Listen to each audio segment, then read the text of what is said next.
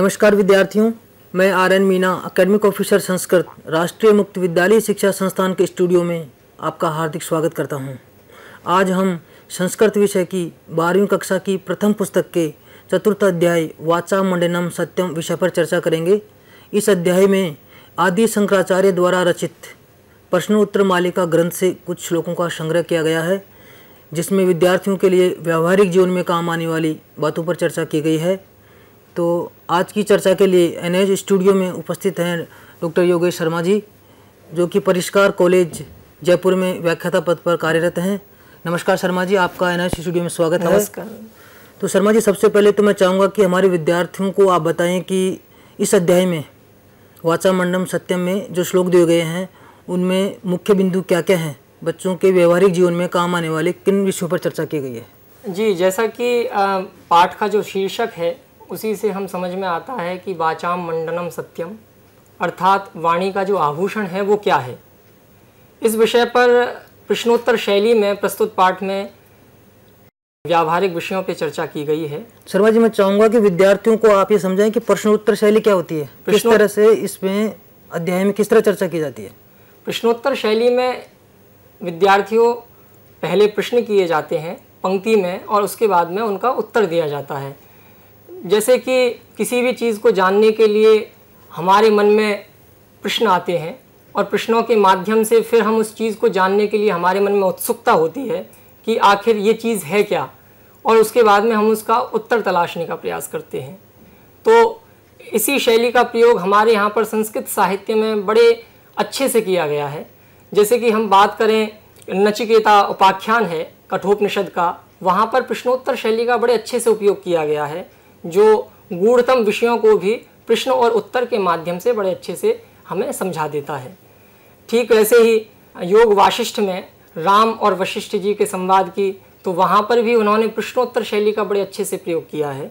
और पहले राम से प्रश्न पूछवाए गए हैं और उसके बाद में वशिष्ठ ऋषि ने उसका उत्तर दिया है। ठीक ऐसे ही महाभारत में भी जो यक्ष और युधिष्ठिर संवाद है उसमें भी प्रश्नोत्तर शैली का बड़े अच्छे से उपयोग किया गया है।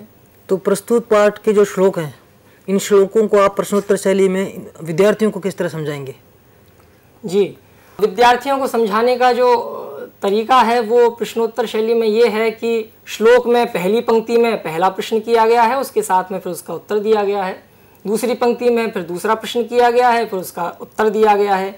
जैसे कि हम पहला श्लोक पढ़ते हैं, पातुम कर्णांजलि भी किम अमृतम ईह युज्यते सदुपदेशः। तो यहाँ पर प्रश्न किया गया है कि पातुम कर्णांजलि भी किम अमृतम ईह युज्यते, अर्थात कर्णांजलि के द्वारा हमें कौन से अमृत का उपयोग करना चाहिए, कौन सा अमृत हमें सुनना चाहिए, कौन से अमृत को हमें पीना चाहिए। तो यहाँ पर किम शब्द का प्रयोग किया गया है।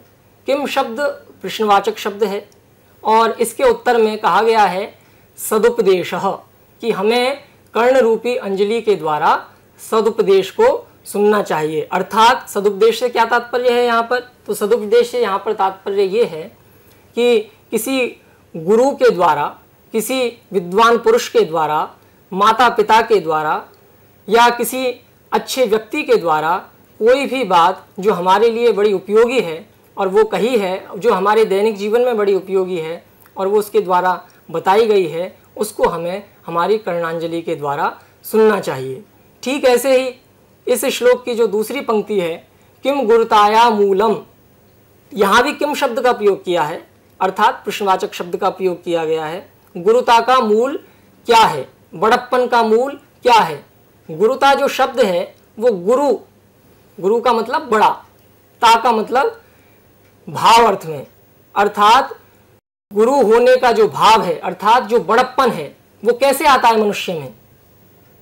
तो उसके लिए कहा गया है यद एतत् अप्रार्थनम नाम, कि जहां मनुष्य याचना नहीं करे, जहां मनुष्य किसी से कुछ नहीं मांगे, इस रूप में गुरुता का मूल कहा गया है। अब यहाँ पर समझने वाली बात यह है कि यहाँ पर बीच बीच में कुछ संधि पदों का प्रयोग किया गया है श्लोक में। जैसे हम बात करें कर्णांजलि भी, तो यहां पर इसको तोड़ के पढ़ेंगे तो कर्ण अंजलि भी, अर्थात यहां पर दीर्घ संधि का प्रयोग हुआ है। तो विद्यार्थियों के समझने के लिए ये आवश्यक है कि अ और अ, कर्ण का अंतिम जो पद है अ और अंजलि का जो पूर्व पद है अ, दोनों मिलकर के आ, दीर्घ संधि अकह सवर्ण दीर्घ, अ आ बड़ा प्लस अ आ मिलकर के आ, दीर्घ पद का प्रयोग किया है, दीर्घ वर्ण का प्रयोग किया है। विद्यार्थियों, जो संधि है वो परह सन्निकर्ष संहिता, वर्णों की अत्यंत समीपता को हम संधि कहते हैं। संधि में 3 प्रकार की संधियों का सामान्यतः संस्कृत साहित्य में उल्लेख किया गया है। जैसे प्रथम संधि है वो अच संधि है, स्वर संधि, जहाँ पर स्वरों की समीपता की बात कही जाती है। दूसरी जो संधि है वो व्यंजन संधि है, जहाँ पर व्यंजन वर्णों की समीपता की बात कही जाती है। और तीसरी जो संधि है वो विसर्ग संधि है। यहाँ पर पूर्व में जो मैंने कर्णांजलि भी शब्द में जिस संधि की बात करी वो स्वर संधि का एक भेद है, दीर्घ संधि, उसी की मैंने यहाँ पर बात करी है। आगे वाले श्लोक को हम पढ़ते हैं। किम मरणम मूर्खत्वम किम चा अनर्घम यदवसरे दत्तम आमरणात् किम शल्यम प्रच्छन्नम यत्कृतम पापम। विद्यार्थियों, जैसा कि मैंने पूर्व में बताया आपको कि जो प्रस्तुत पाठ है वो प्रश्नोत्तर शैली में है। तो आप देखेंगे प्रत्येक श्लोक में कि यहाँ पर प्रत्येक श्लोक में प्रश्नवाचक शब्द का प्रयोग किया है। अब जैसे इसी श्लोक में हम लें किम मरणम, अर्थात मरण क्या है, मृत्यु क्या है। जैसे हम व्यावहारिक जीवन में प्रयोग करते हैं कि इससे तो अच्छा मरना है, तो यहाँ पर इसको निंदा अर्थ में प्रयोग में लिया गया है कि मरना एक अंतिम अवस्था होती है, मरने के अलावा कुछ बचता नहीं है। तो यहाँ पर मरना जो है वो निकृष्ट कोटि के रूप में लिया गया है कि मरना क्या है इस संसार में। तो अगर किसी में मूर्खता है तो वो मरने के बराबर है, अर्थात कोई व्यक्ति मूर्ख है तो वो मरा हुआ ही समझा जाएगा। ठीक वैसे ही दूसरा प्रश्न किया गया है किम च अनर्घम, अर्थात अनर्घम का तात्पर्य मूल्य क्या है, अनमोल चीज क्या है किसी। तो यहां पर इसका उत्तर दिया गया है यदवसरे दत्तम। अगर किसी को किसी भी वस्तु की आवश्यकता है और वो वस्तु उसको उसी समय दे दी जाए, तो उसके लिए बड़ा समय पर उपलब्ध करा दी जाए, तो उसके लिए वो चीज़ बड़ी उपयोगी हो सकती है।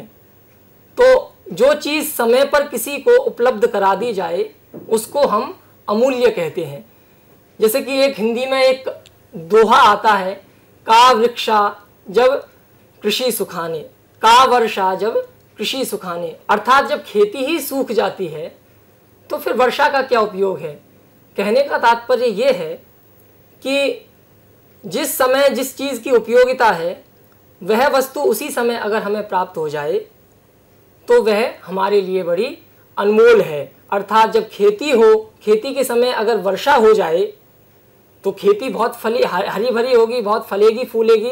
तो इस रूप में अमूल्य चीज़ क्या है हमारे जीवन में? हमारे जीवन में अमूल्य चीज़ ये है कि हमें जिस चीज़ की जब आवश्यकता है वो चीज़ हमें उस समय पर प्राप्त हो जाए।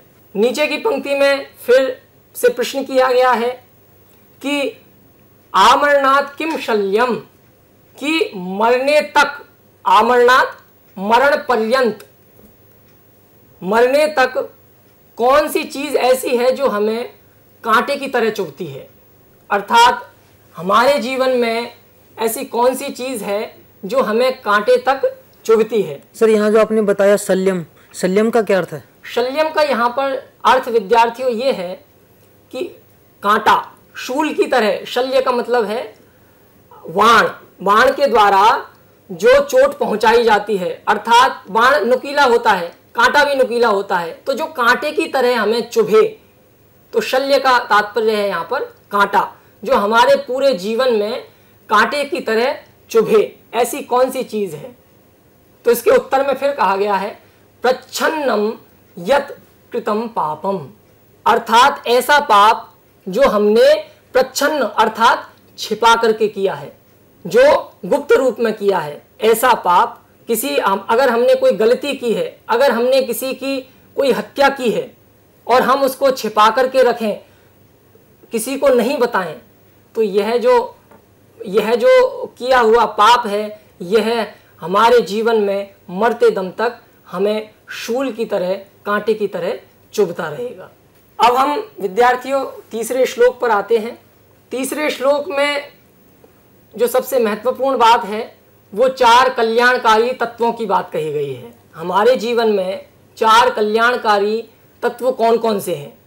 जैसे पहला है दानम प्रियम वाक्यम सहितम, अर्थात ऐसा दान जो प्रिय वाक्य के साथ में किया गया हो। कैसे? अगर हम किसी को कुछ दान में देते हैं तो दान में देना भर उपयुक्त नहीं है, दान में देना भर उपयोगी नहीं है, बल्कि हम उसको अच्छे से बात करके, अच्छे से उसको खुश करके, अच्छे से मीठी वाणी बोल करके हम किसी को कोई चीज़ दान में दें। ज्ञानम अगर्वम, और दूसरा जो पद है वो क्या है, दूसरा जो तत्व है, महत्वपूर्ण तत्व, वो क्या है? ज्ञानम अगर्वम, अर्थात ऐसा ज्ञान जो अहंकार रहित है, जहां पर कि हम किसी भी प्रकार का कोई अहंकार नहीं करें। क्षमान्वितम शौर्यम, और शौर्य, कैसा शौर्य सुशोभित होता है इस पृथ्वी पर? जो क्षमा से अन्वित है। तो यहां पर कहने का तात्पर्य यह है कि जो शौर्य है वो क्षमा से अन्वित होना चाहिए।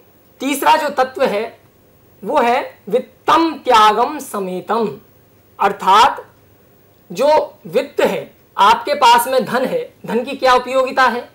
धन की उपयोगिता तभी है जबकि त्याग हो, त्याग की भावना हो। अगर हम धन के लिए लोभी हो गए, हम धन को केवल अर्जन ही कर रहे हैं, हम धन को केवल अर्जित ही कर रहे हैं, धन को केवल इकट्ठा ही कर रहे हैं, और हम किसी को दान में नहीं दे रहे हैं, किसी के लिए उस धन का कोई उपयोग ही नहीं है, तो फिर ऐसे धन की कोई उपयोगिता नहीं है। अर्थात वित्त की उपयोगिता तभी है जबकि उसमें त्याग हो। ये 4 तत्व हैं जो दुर्लभम एतम चतुर्भद्रम, ये 4 कल्याणकारी तत्व हैं जो इस संसार में अत्यंत दुर्लभ हैं। तो निष्कर्ष रूप में हम कैसे कहेंगे इस बात को? तो कहेंगे कि प्रिय वाक्य से युक्त दान, अहंकार से रहित ज्ञान, क्षमा से युक्त शौर्य एवं त्याग से युक्त जो धन है, ये 4 कल्याणकारी तत्व हैं जो इस संसार में बड़े दुर्लभ हैं। तो आइए विद्यार्थियों, अब हम चौथा श्लोक पढ़ते हैं। किम शोच्यम कार्पण्यम सती विभवे किम प्रशस्तम औदार्यम कह पूज्यो विद्वद्भि स्वभावतः सर्वता विनीतो यह। तो यहां पर फिर से प्रश्न किया गया है, किम शोच्यम, क्या शोचनीय है, इस संसार में क्या चिंतनीय बात है? तो इसका उत्तर फिर दिया गया है, कार्पण्यम सती विभवे। विभवे का तात्पर्य यहां पर सप्तमी पद का प्रयोग हुआ है विभव में, विभव पद में यहां पर सप्तमी विभक्ति का प्रयोग किया गया है। विभव का तात्पर्य यहां पर ऐश्वर्य है। कार्पण्यम जो पद का प्रयोग किया और कार्पण्य जो शब्द है वो कंजूस शब्द के लिए यहां पर प्रयोग किया गया है। तो कह रहे हैं कि अगर किसी के पास में ऐश्वर्य है, किसी के पास में बहुत धन है, कोई बहुत ऐश्वर्यशाली है और उसमें कृपणता है, वो उस धन को किसी को दान में नहीं देता, उस धन का किसी के लिए कोई उपयोग नहीं है, वो एक एक चीज को बड़े कंजूसी के साथ में निकालता है, तो ये संसार में बड़ा चिंतनीय है। फिर कह रहे हैं कि किम प्रशस्तम, प्रशंसनीय क्या है, किसकी प्रशंसा की जानी चाहिए या किसकी प्रशंसा होती है? तो कह रहे हैं कि उदारता की प्रशंसा होनी चाहिए। औदार्य शब्द का प्रयोग यहाँ पर उदारता के अर्थ में हुआ है। फिर से प्रश्न किया गया है, कह पूज्यो, इस संसार में पूजनीय कौन है, इस संसार में पूजा किसकी होती है? तो कह रहे हैं कि विद्वद्भि स्वभावतः सर्वदा विनीतो यह, कि जो विद्वानों के द्वारा स्वभावतः सर्वदा यानी हमेशा विनीत है, अर्थात विनयशाली है, अर्थात उसमें विनम्रता है। जो मनुष्य इस संसार में विनम्र है उसी की इस संसार में पूजा होती है, और जिसके पास में विनम्रता नहीं है उसकी निंदा की जाती है। सर, इस प्रस्तुत श्लोक में जो अभी आपने बोला प्रशस्तम औदार्यम, ये शब्द किस तरह बना, विद्यार्थियों को इसके बारे में कुछ बताएं। देखिए विद्यार्थियों, प्रशस्तम औदार्यम, इसका संधि विच्छेद हुआ प्रशस्तम औदार्यम। तो यहाँ पर जो संधि हो रही है वो हो रही है वृद्धि संधि, और प्रशस्तम अर्थात जो प्रशंसनीय है, इस संसार में उसी की प्रशंसा होती है। यहाँ पर प्रशस्त शब्द का जो प्रयोग है वो प्रशंसा के अर्थ में है कि प्रशस्त कौन है, किसकी प्रशंसा होती है। और एक जो इस श्लोक में शब्द प्रयोग किया गया सर्वदा शब्द, तो सर्वदा शब्द सर्व शब्द सर्वनाम जो शब्द हैं उनमें से लिया गया शब्द है। तो सर्वनाम शब्दों के बारे में कुछ विद्यार्थियों को बताएं। हाँ जी, देखिए सर्वनाम शब्द जो है हम उन्हें कहते हैं जो संज्ञा के स्थान पर प्रयुक्त होते हैं। संज्ञा का तात्पर्य सीधे सीधे नाम से है विद्यार्थियों, कि वो स्थान का नाम हो सकता है, वो वस्तु का नाम हो सकता है, वो किसी व्यक्ति का नाम हो सकता है। इस नाम के स्थान पर जिन शब्दों का हम प्रयोग करते हैं उन्हें हम सर्वनाम पद बोलते हैं। जैसे कि राम किसी का नाम है तो राम के स्थान पर हम वह कह देते हैं, संस्कृत में उसको बोलते हैं सह। जैसे फलम, फलम शब्द के स्थान पर हम संस्कृत में प्रयोग करते हैं तत्। जैसे कि अहम, मैं के लिए प्रयोग होता है, ये भी सर्वनाम पद है। जैसे त्वम, तुम के लिए प्रयोग होता है, यह भी सर्वनाम पद है। जो आपने पूछा प्रशस्तम औदार्यम, तो यहाँ पर प्रशस्तम औदार्यम, इस तरीके से यहाँ पर संधि हो रही है, वृद्धि संधि। ये जो औदार्य शब्द है ये भी बड़ा महत्वपूर्ण है। औदार्य शब्द उदार शब्द से बना है, और उदार में जब हम भाववाचक एक क्षण प्रत्यय का प्रयोग कर देते हैं तो औदार्य शब्द बनता है, अर्थात उदार का भाव, उदारता के भाव के अर्थ में, उदारता के अर्थ में हम औदार्य शब्द का प्रयोग करते हैं। 5वां श्लोक लेते हैं।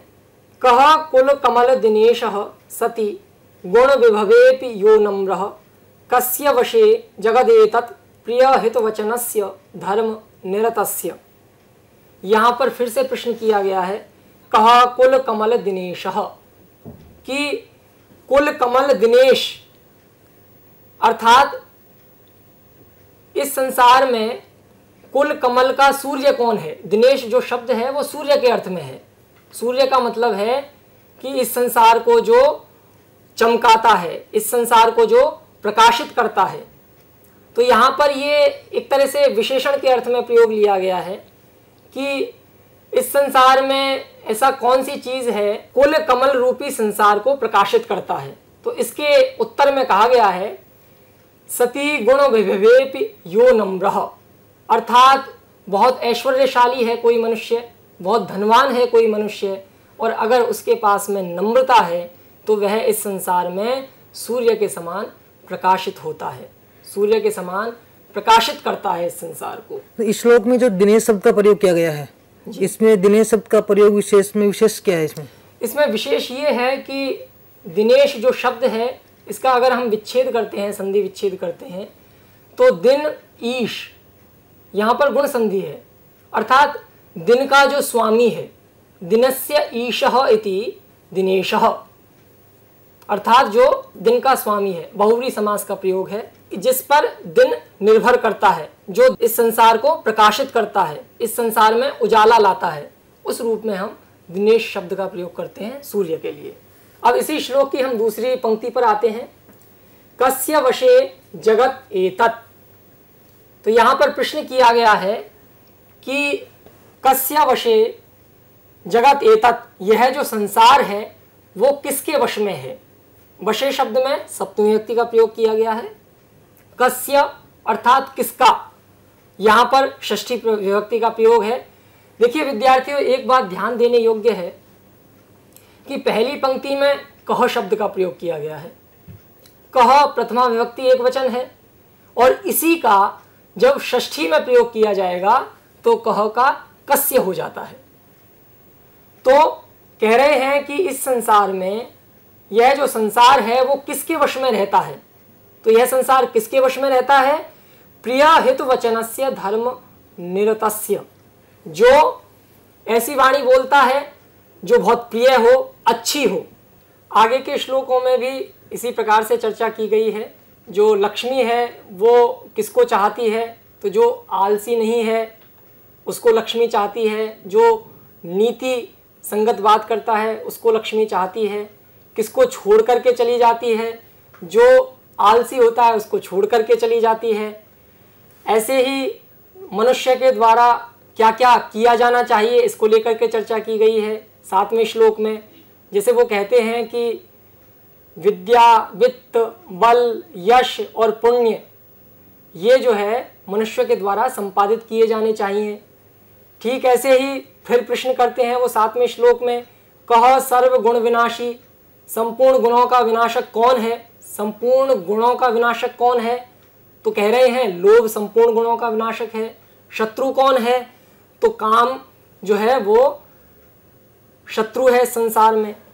ऐसे ही 8वें श्लोक में कि कौन वृद्धि को प्राप्त होता है? तो जो विनीत है, जो विनम्र है, वो हमेशा प्रगति को प्राप्त होता है, वृद्धि को प्राप्त होता है। और जो अहंकारी है, दृप्त, दृप्त शब्द का प्रयोग हुआ है, को वा ही एत यो दृप्तः। दृप्त शब्द अहंकार शब्द के लिए प्रयोग में लिया जाता है। जो अहंकारी है वो विनाश को प्राप्त होता है। ठीक ऐसे ही नीचे की लाइन 8वें श्लोक की, को न प्रत्येतव्यो ब्रूते यश्च अन्यतम शश्वत। तो यहाँ पर कहा गया है कि कौन है जो अविश्वसनीय है? तो कह रहे हैं कि जो लगातार झूठ बोलता है वो मनुष्य अविश्वसनीय है। अन्यतम जो शब्द है उसका प्रयोग झूठ के लिए किया गया है। 9वां जो श्लोक है उसमें भी प्रश्न के साथ में उत्तर दिया गया है, किम दानम, दान क्या है? तो कह रहे हैं आकांक्षा से रहित होकर के जो किया जाता है वो दान है। बगैर किसी इच्छा के जो किया जाता है वो दान है। मित्र कैसा होना चाहिए? तो मित्र के लिए कह रहे हैं यो निवारयति पापम, जो पापों का निवारण करता है, जो हमेशा आपत्ति काल में सहयोग करता है, जो बुरे को दूर करता है, वो मित्र है। को अलंकार, इस संसार में मनुष्य का आभूषण क्या है? तो कह रहे हैं कि शील जो है, सभ्यता, शीलता, विनम्रता, ये मनुष्य के आभूषण है। किम वाचा मंडनम, वाणी का आभूषण क्या है? तो कह रहे हैं कि सत्य बोलना, हमेशा सत्य बोलना जो है वो वाणी का आभूषण है। और किम वाचा मंडनम, इसी के आधार पर प्रस्तुत पाठ का शीर्षक दिया गया है। अर्थात वाणी का जो आभूषण है वो सत्य बोलना है। इसीलिए शायद कहा जाता है कि सत्यमेव जयते नानृतम। हाँ, इसीलिए कहा जाता है, ये उपनिषद वाक्य है कि सत्यमेव जयते नानृतम, अर्थात सत्य की ही विजय होती है, झूठ की नहीं। प्रिय विद्यार्थियों, आज हमने वाचाम मंडलम सत्यम विषय पर चर्चा की। हमने देखा कि किस तरह इस अध्याय में जीवन में काम आने वाली बहुत सी विषयों पर चर्चा की गई है। आगे भी हम इसी तरह की चर्चाएं लाते रहेंगे। आज की चर्चा में शामिल होने के लिए आपका बहुत बहुत धन्यवाद। सर, आपका भी बहुत बहुत धन्यवाद चर्चा में शामिल होने के लिए। नमस्कार।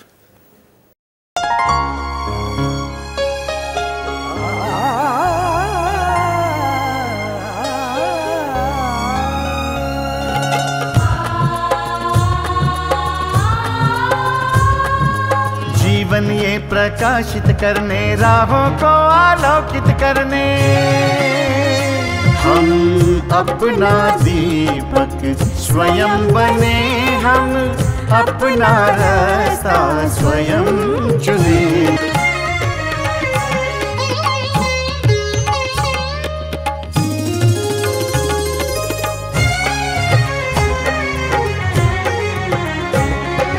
धन साधन समय की सीमा से विद्यालय जो मुक्त हो, धन साधन समय की सीमा से विद्यालय जो मुक्त हो।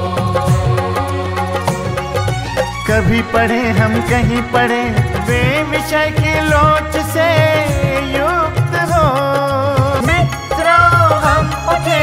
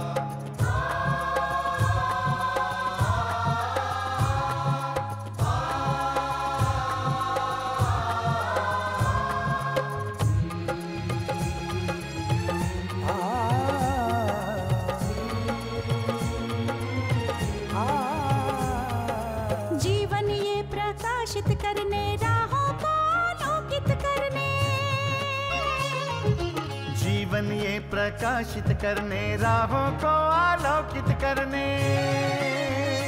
हम अपना दीपक स्वयं बने, हम अपना रास्ता स्वयं चुने।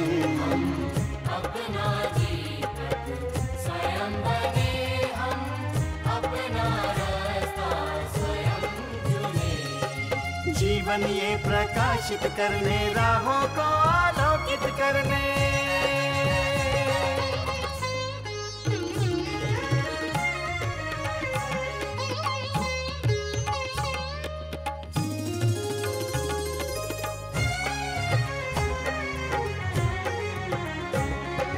धन साधन समय की सीमा से विद्यालय जो मुक्त हो, धन साधन समय की सीमा से विद्यालय जो मुक्त हो। कभी पढ़े हम कहीं पढ़े, वे विषय की लोच से युक्त हो।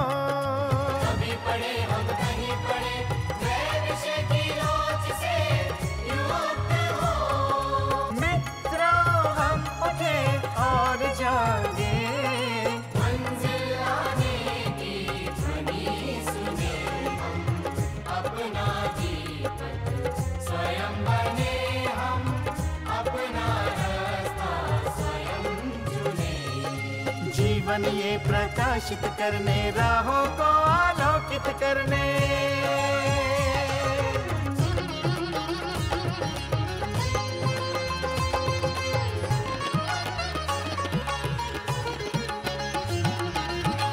राष्ट्रीय मुक्त विद्यालय का है द्वार खुला सबकी खातिर। शिक्षा परीक्षा का अवसर एक बार ही क्यों मिलता फिर।